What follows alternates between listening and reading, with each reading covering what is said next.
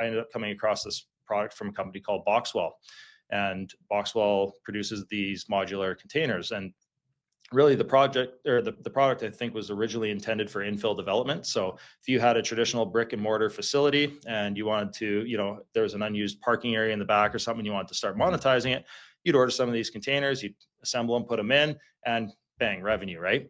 And so, I looked at this product and I went, well, is there any reason why I couldn't use this to develop an entire site, right? And, because then I could use my best estimate for the product mix.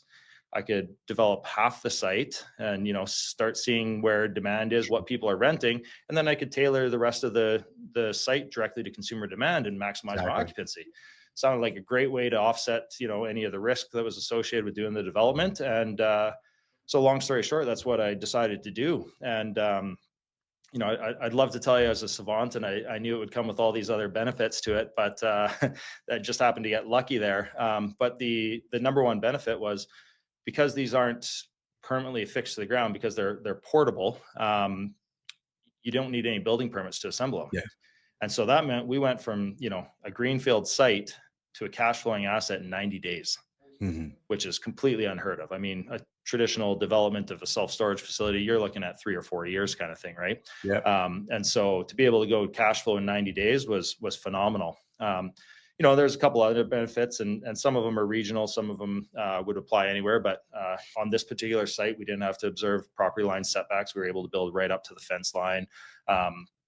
So there's a whole host of benefits that come with these modular containers.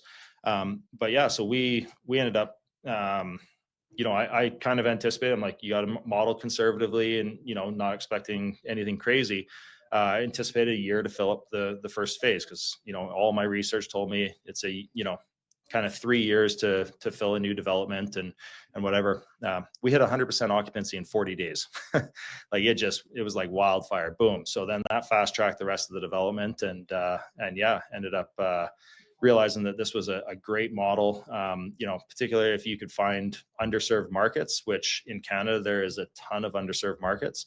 Yeah. This was a great way to meet that demand.